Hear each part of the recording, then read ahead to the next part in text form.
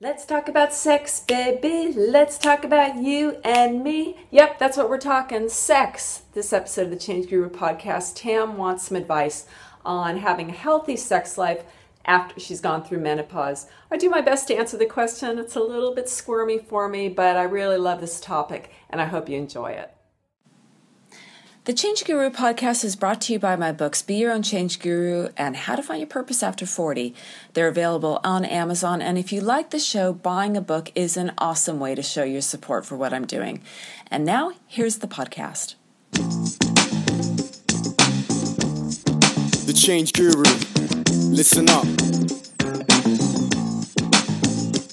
You are the guru of your own midlife change. Gotta take it and own it, don't be restricted by age. What's the number anyway? Live your dreams, don't hesitate. You're the change guru, you're the change guru. This is the time to step up, make your dreams come true. Whatever the change, it all starts with you. Whether it's life's purpose, relationships or career. Whatever the change, it's time to get what you want, what you really, really want. Make a change in midlife and still look really hot. Listen here, don't have fear. You're the master of your fate, you're the woman of the year. I mean it, change your life forever. I mean it, it's not too late, no never. I said I mean it, change your life forever.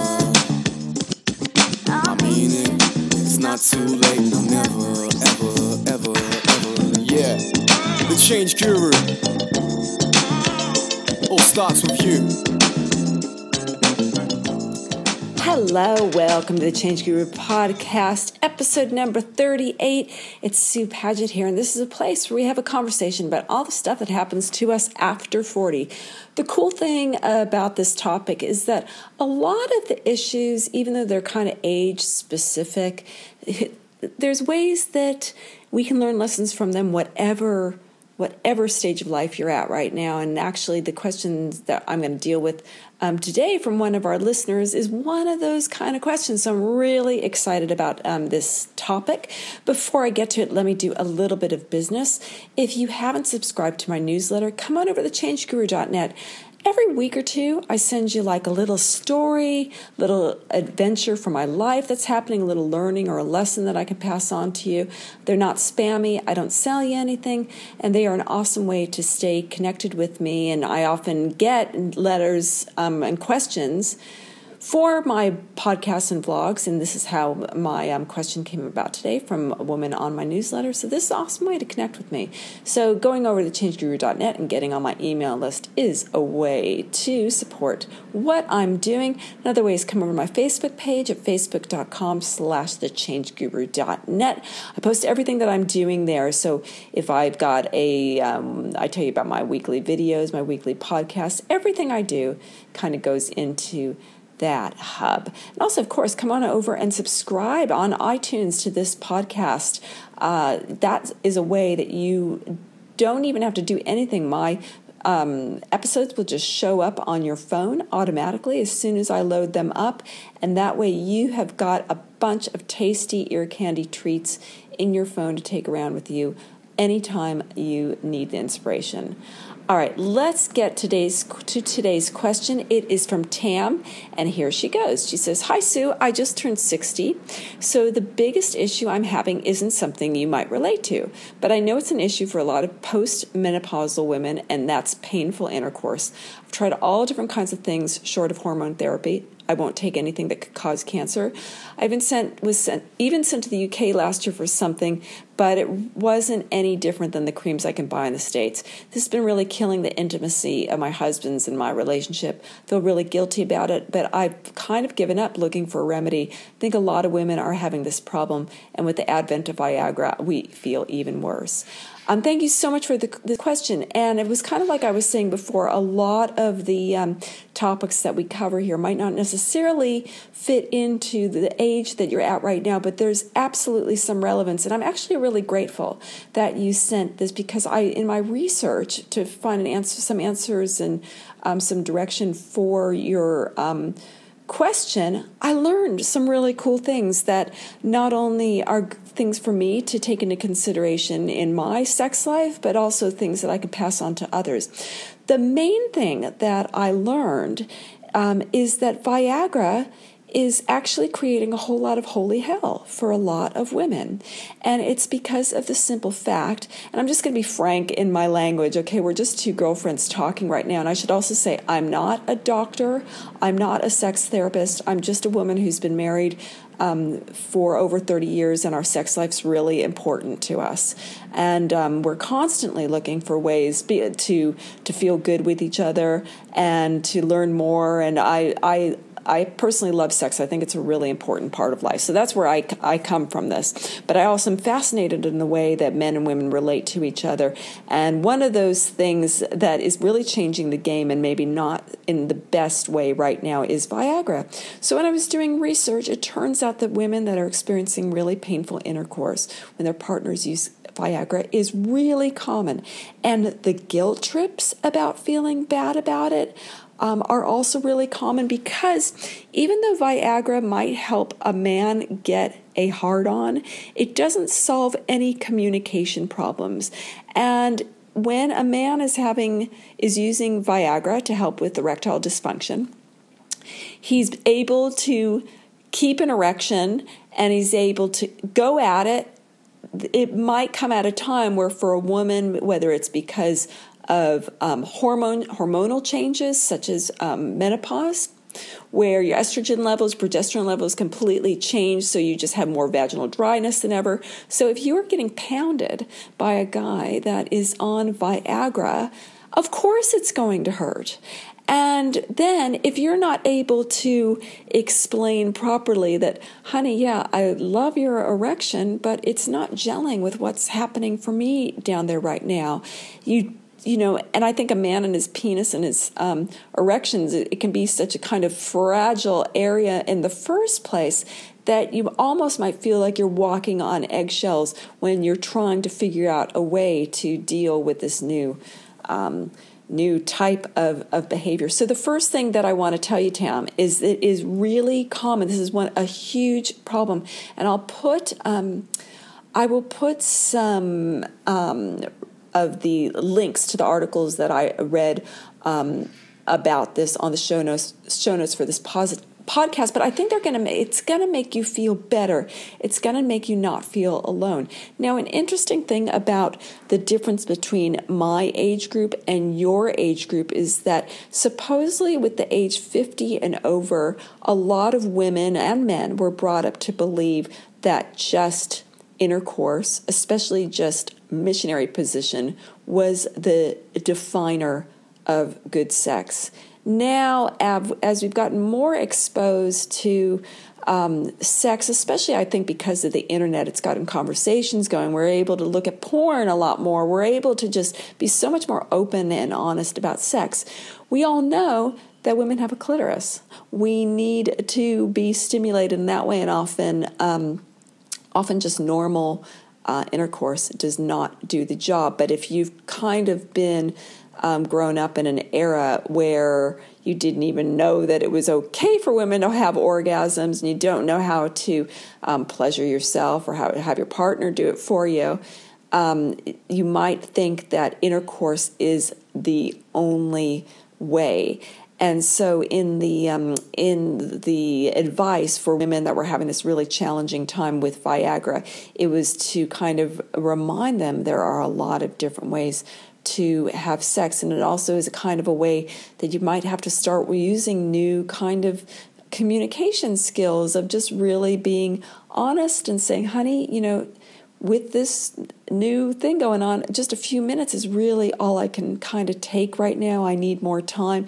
Just about a matter of also, I think when it comes to communication with sex, because it can kind of feel squirmy, is just to find language that works for you. It might not be, I need you to touch me there. I need you to do this to me. I need you to do that to me. It might just be, you know, I just need a little bit more time. It makes me feel better to have sex when we've both been hanging out together rather than it just all of a sudden happening 1, 2, 3. And it might just be different kinds of language that you can use. So you also mentioned about you've taken different kinds of hormone therapy and that you won't take anything that could cause cancer. I think that one thing that a lot of us have in our head when it comes to HRT, hormone replacement therapy when it comes to menopause is that I think it was in the 80s or in the 90s, there was a huge scare for HRT and a link to breast cancer. And what happened was they found out years later the study actually had some very strange biases in it and was done with women who were not necessarily in the right age bracket for taking hormonal therapy. But there were all kinds of weird things that showed that the study was flawed. The problem was the majority of us didn't get any information past the idea that HRT was linked with cancer. So rather than exploring the possibility of HRT, we've avoided it altogether, and some women have suffered. HRT is at this stage in my perimenopause, I'm still perimenopausal, but in my menopausal journey is not an option for me. But I'm telling you, if I was trying bioidentical, which is more the natural versions, if I was trying everything and it wasn't working and I could really feel hormonally balanced, I would look into hormonal therapy. There's a lot of different things that you can do also for sex too. And the thing is, when you are buying creams and stuff that's over the counter, because in the States, you can buy things over mail that are just over-the-counter kind of stuff. They're generic. They might be too not strong enough, not potent enough for you. Whereas if you went to a good doctor, they may be able to prescribe something that will just kick off your hormones just a little bit. And it might even be bioidentical. But there's just little things that can be done under the care of a doctor that can bring your hormones into good balance. And you know what? I think we all really deserve to have hormonal balance. I don't believe that just for the sake of being natural, that we should suffer. And even if you choose not to use if you choose not to go the HRT or to explore what other type of bioidentical things that a doctor can offer you, there is acupuncture, there's Ayurvedic, there's so many different types of therapies. There are so many different ways to help your hormonal balance right now. And it's also really important, I think, that if our lifespan is longer and if we want to have good quality sex, and it doesn't seem fair to, in our 50s or 60s, 70s or 80s, to deny ourselves the opportunity to feel good in our sexuality. I feel like sex is a health issue. I don't feel like it's a dirty thing, and I think for a lot of women, they do feel it's, a dirty thing that we can't talk about. It's okay for men, but I just feel like we pay so much attention to how we are on our outsides, that outside part of our physical self. We spend so much time working on our personal development and our mental health. But then when it comes to our insides, when it comes to our sex, what is important to keep ourselves sexually healthy and interested and vital, that's the part that kind of goes out the window. An interesting thing about sex also is that they found that that you might think of the concept that we don't want sex after a certain age, but that's not true. More and more studies are showing out consistently that the majority of women who have always had sex and have always considered it important, it continues to be. And that because, and this is what I find for myself, is that my husband and I just figure out, as our bodies change, as our circumstances change, we just figure out ways to be honest with each other. We figure out ways to have fun and to change and to adapt to our needs as time goes by. So that's kind of that's our relationship. But I do want to just stress that if Viagra is part of it, it doesn't solve problems, it doesn't change communication challenges, and it doesn't adapt to what's going on for you as a woman. I think also, it's important to know there's a lot of ways to feel pleasure, as I was mentioning before, besides sexual intercourse. So this is a really important conversation for you to get going with your with your husband. There's nothing wrong with you. You're not a freak. But this is, I think, my first step would be to number one, take care of your health and get your hormones balanced. There's no reason why you should be having to put up with hormones that aren't balanced. So that would be the first thing. I'd also make sure that I go to a doctor that is really, really savvy when it comes to helping women with their sex life. It's interesting, in a study in the Journal of Sexual Medicine, it found that there was a real lack of communication between healthcare providers and their postmenopausal patients, and they found that even though women, they found that 60% of women were having problems with vaginal dryness and how it affected their enjoyment of sex, yet only 44% of the women discussed the problem with their healthcare provider. And then of almost half the women in a study, they expected their healthcare provider to bring up the topic. So they didn't even want to bring up the topic. The healthcare provider needed to bring it up. And here's where it really sucks. The healthcare providers were even worse about talking about it. Only 13% of the women reported in the study that a doctor or nurse initiated a conversation about postmenopausal vaginal changes. So if your current doctor isn't supportive about having sex through your lifespan, and you'll know it, you'll know if they are not into it, if they kind of brush you off, if they make you feel bad about it or anywhere uncomfortable. I really advise changing doctors or getting another doctor that specifically is pro women enjoying sex after, throughout their lives. I think it's a really valuable thing to do because they will be on to the latest options hormonally. They will be on to ways to communicate better. They will be on to making you feel better about yourself, that rather than feeling like there's something wrong with you right now. So that is my first tip. Take care of your health first. Get your hormones tested. Really and really important. See sex as a health issue and not as just a bedroom issue.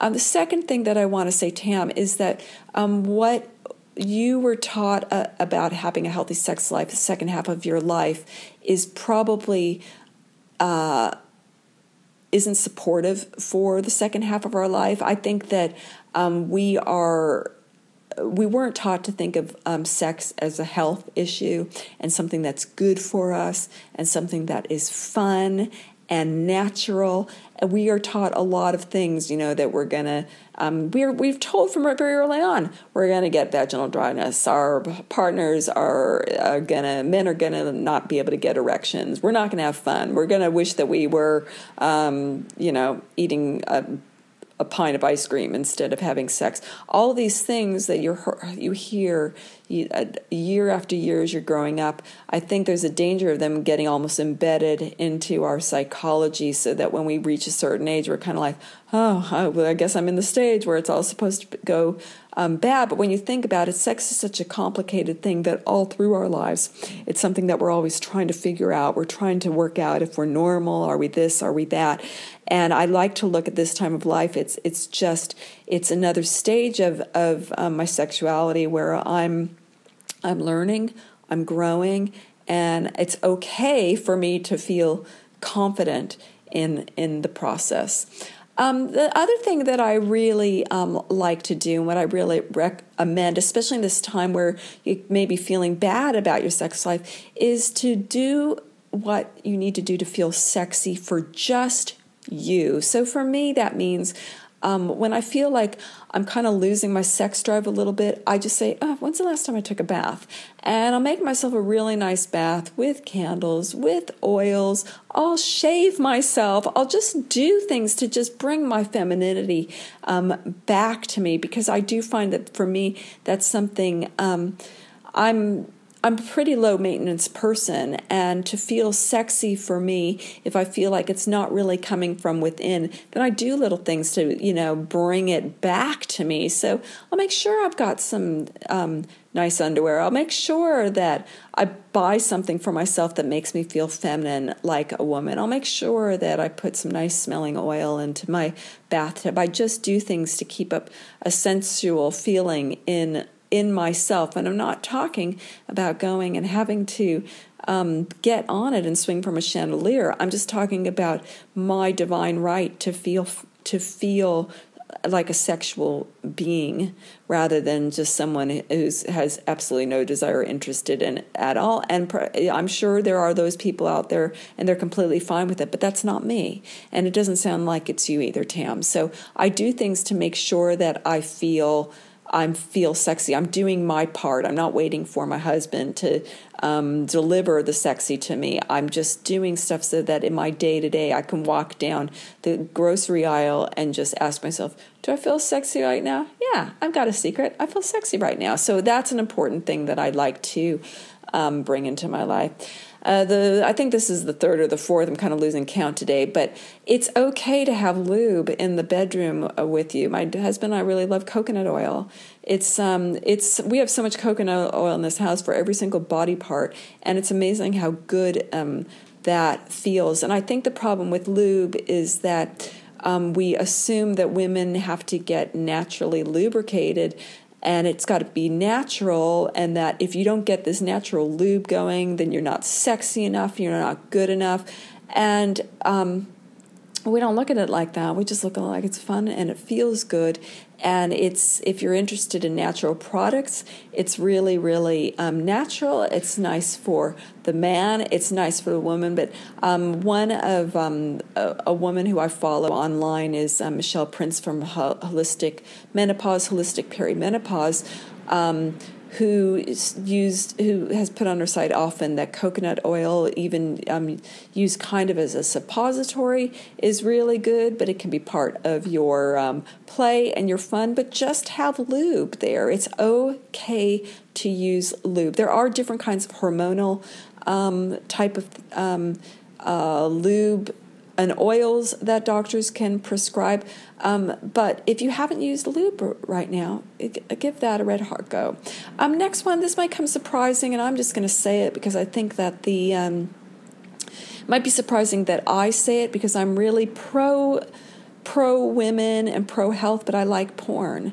I don't need a lot of porn. I can look 1 minute and it can kind of change my mind, but it comes back to the concept that for women who thought about sex a lot and who it was important to a lot were able to be sexual throughout their lives. And the concept of women and porn, interest in porn, has been so swept under the rug. They're actually finding that women are big time into porn. And it is a completely old wives' tale business, and I just can't think of the word off the top of my head, but it's almost a way of keeping women disempowered from their sexuality, to say that women are not should not do porn. I interviewed someone a while back, and she was like, we're talking about sex, and the one thing she said was, and women should never, ever use porn. And I didn't want to, I just didn't feel like going there, but I completely 100% disagree with that, because it's a visual stimulation. And some women, if you're not into porn, maybe you like reading erotic stories. There's no secret why 50 Shades of Grey was so popular for as it's mommy porn. It puts ideas into our head, and our brain is the most potent part of our sexuality. Another reason why there's a real distance between the being able to envision that women are into porn, because a lot of the porn is created from a man's point of view. We also have ideas of women being mistreated in porn. But there is porn that is designed by women who look like perfectly willing participants, and also it's porn that is made for what turns women on. Often when you're looking at straight up normal porn that guys like, it's not what would be of interest to you. So let's just put it this way. There is porn for every single concept, interest, desire, whatever that you might have. And I dare you, if you haven't gotten into porn before and you're not into sex, but you feel like you want to increase your sex life, just have a try of looking at some porn online for a minute. Google something that you're doing the search engine, something that you're kind of curious about. And I'm not talking about addiction. I'm not talking about anything where there's that's against the law. I'm not talking about any of that. And I hope that those of you are listening and understanding what I'm saying. I'm just talking about that it's okay for us to be visually stimulated to help our sex life. And more than ever, there's stuff online, there's resources online, so you don't even have to go and sneak out to some creepy adult store far away to just get your needs met. So that's another thing. And I think one thing that's also really important is that constant assurance in relationships that we are there for each other during this ride of our sexual lives. And just because something doesn't work one way, it doesn't mean that it can't work another way. And it's always an opportunity for growth and for learning, and also massive honesty. If, for example, if your partner uses Viagra and it well and truly isn't working for you, this is an important conversation to have. It's a really important conversation to have. It's an important conversation to identify where isn't it working for you? What would work better for you? What are there fears? Are there concerns behind it? Are there things that that should have been talked about long before Viagra came into the picture? What is a way of talking? And I think one of the sexiest things about long-term relationship is that potential for growth and for honesty and for being each other's F buddy. You know what I mean? Through your life. It's a serious, deep commitment and conversation that has to be held, and it's so beautiful when you can do it. I'm not saying it's easy, especially if it's something that is unfamiliar, but I think that it's worth the exploration. So, Tam, I hope that gave you some mental cushioning to know that you are not alone. This is a really common problem, and also it is. I'm curious to know whether whoever your husband was prescribed the drugs, whether you were warned about this, and if there was any advice that was given to you. And I have a feeling the answer is no, just based on what I've seen online. It's a huge subject where women are really suffering, and it's time that we bring this out of the closet and figure out really empowering and healthy ways to cope with things like, the new medicines and new technologies that are coming out. So big hats off to you, Tam, for even asking the question about this. I really learned. But for those of you who are going through any time in your life where sex is important but it's not happening, just remember you've got so many resources. Step one, just take care of your health first, always. In anything, find a supportive doctor, get your hormones tested, see where you're at there and what's available to you. From there, so many different options, but start with you. Start feeling and investigating what makes you feel sexy and how you're able to communicate that. So I think there's a lot of layers to this, and I hope I gave you some gold. I think that there's something for everyone in there, but my main thing that I want to leave everyone with is sex is a healthy part of life. I don't think we're even realizing how maybe important it is for us to nurture it, just like we know we need to move our move our bodies. We know that's really important. We know we have to eat a certain way. We know we need to eliminate from our bodies. And I think we're only just tapping the very surface of the importance of maintaining a healthy sexuality throughout our lives, not stopping at a certain time, but throughout our lives. This is just like a whole new thing. And I'm really excited that we can, even though this is kind of me going out of my comfort zone, because it's only an area that I know about on a personal level, not a professional level.